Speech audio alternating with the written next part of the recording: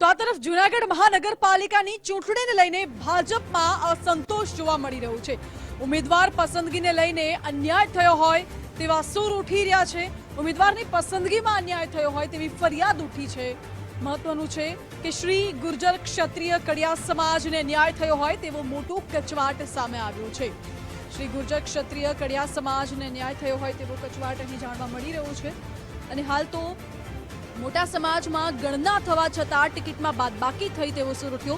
ભાજપના ઉચ્ચ કક્ષાના મોવડી મંડળને લિખિત રજૂઆત આ બાબતે કરાઈ છે। વોર્ડ નંબર 9, 10, 13 અને 14માં સમાજ મોટી સંખ્યામાં છે।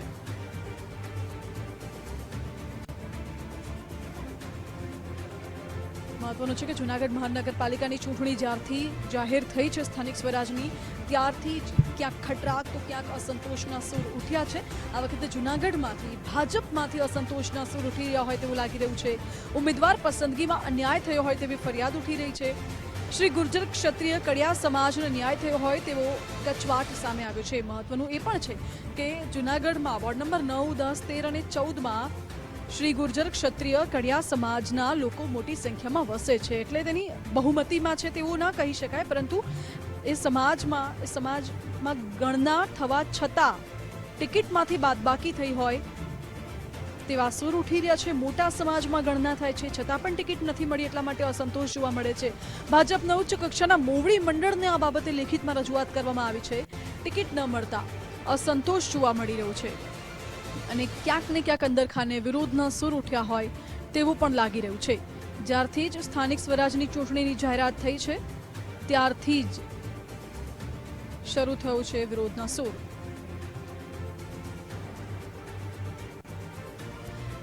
તો આજ મુદ્દે અમારી સાથે ગુર્જર ક્ષત્રિય કડિયા સમાજના પ્રમુખ વિવેક ગોહિલ જોડાઈ ગયા છે। વિવેકભાઈ, સ્વાગત છે ગુજરાત ફર્સ્ટમાં આપનું।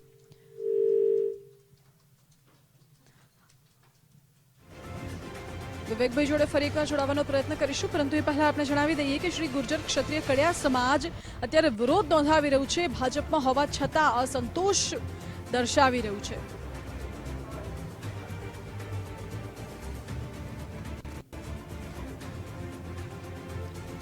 જ્યારથી સ્થાનિક સ્વરાજની ચૂંટણીની જાહેરાત થઈ છે ત્યારથી જ ક્યાંક અસંતોષ તો ક્યાંક વિરોધના સૂર ઉઠી રહ્યા છે। 16 ફેબ્રુઆરીએ મતદાન છે અને જૂનાગઢ મહાનગરપાલિકાની ચૂંટણી પણ યોજાઈ રહી છે અને ત્યારબાદ પરિણામ આવશે। જૂનાગઢની મહાનગરપાલિકા કોના ફાળે જાય છે એ જોવું રસપ્રદ બની રહેશે, પરંતુ અહીં તો ભાજપમાં જ અંદરો અંદર ક્યાંક ને ક્યાંક ડખો જોવા મળી રહ્યો છે। મારી સાથે અમારા એસોસિએટ એડિટર ધર્મેશ વૈદ્ય જોડાઈ ગયા છે ફોન લાઈન પર। ધર્મેશ, જૂનાગઢમાં મનપાની ચૂંટણીને લઈને ભાજપમાં અંદરો અંદર ડખો છે। માનસી, કહી શકાય કે ગુર્જર ક્ષત્રિય કડિયા સમાજ દ્વારા અત્યારે ઉચ્ચ કક્ષાએ હાઈકમાન્ડને, ભાજપના જે હાઈકમાન્ડ છે એમને પત્ર લખવામાં આવ્યા છે। મહત્વની વાત એ છે કે ભાજપની યાદીમાં કડિયા સમાજની બાદબાકી થઈ છે।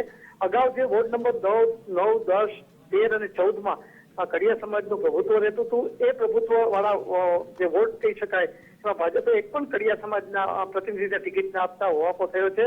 ખાસ કરીને અસંતોષને કારણે અત્યારે ગુજરાતના પ્રદેશ અધ્યક્ષ સહિત અને દિલ્હીમાં વડાપ્રધાન નરેન્દ્ર મોદી, કેન્દ્રીય પ્રદેશ પ્રમુખ અને કેન્દ્રીય મંત્રીઓ આ તમામને એક પત્ર લખીને જાણ કરી છે કે ગુર્જર ક્ષત્રિય કડિયા સમાજને અન્યાય થયો છે। બીજી મહત્વની આ પત્રમાં વાત પણ લખી છે કે વર્ષોથી જે ગિરીશભાઈ કોટેચાની સીટ હતી, કોટેચાના પુત્રને 10 ને બદલે 9 નંબરમાં આવે। જી, ઓકે ધર્મેશ, આભાર આપનો।